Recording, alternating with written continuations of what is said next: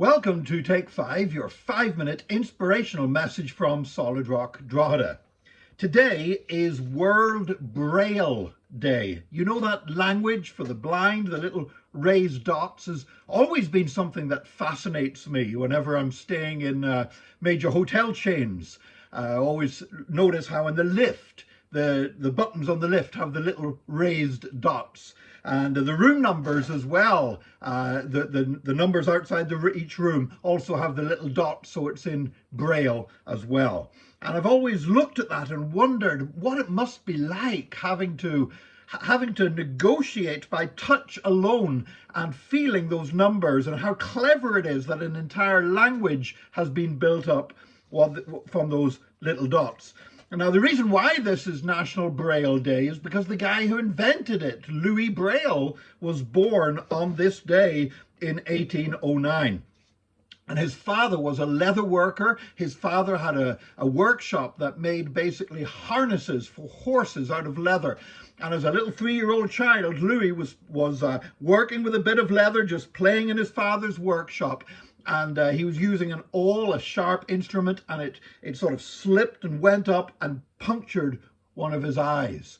As a result of that, he got an infection in the wound that spread to his other eye, and soon he was completely blind, permanently blind for the rest of his life.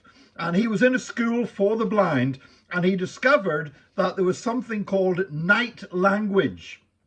Now, night language was something that had been invented by the French military, and it was basically Morse code, but just having dots and dashes embossed, raised up in a piece of paper. So in the dark, soldiers wouldn't have to strike a light and give their position away, but they could read with their fingers the dots and the dashes, and if they knew Morse code, they could interpret a message.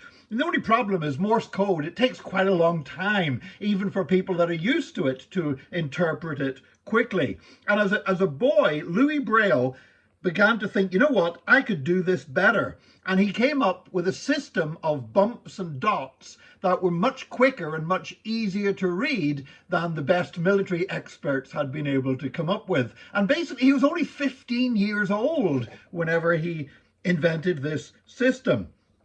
And the crazy thing is, there's a real irony here, is because the instrument that he used to use to raise the dots on the bits of paper was an awl. It was the very same kind of instrument that had pierced his eye and taken his sight as a 3-year-old boy. He also, he learned to play music. He was a committed Christian and was a church organist.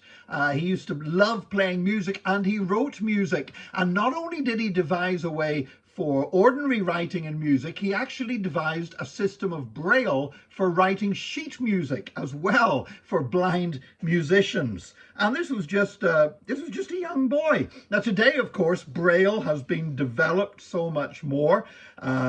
There's even a Braille Rubik's cube. There's a Braille Bible. Now the Braille Bible, when you think about it, all those little dots, they take up a lot more space than a normal printed page. So a Braille Bible consists of 40 volumes, 40 books, and altogether weigh about 40 kilograms. And you would need about 6 feet or 2 meters of your bookshelves to be able to just put the Braille Bible on your bookshelf. And by the way, a Braille Bible also costs well over 500 euros per copy to produce. And thank God there are Christian ministries today that specialize in printing Braille Bibles and giving them away to blind people.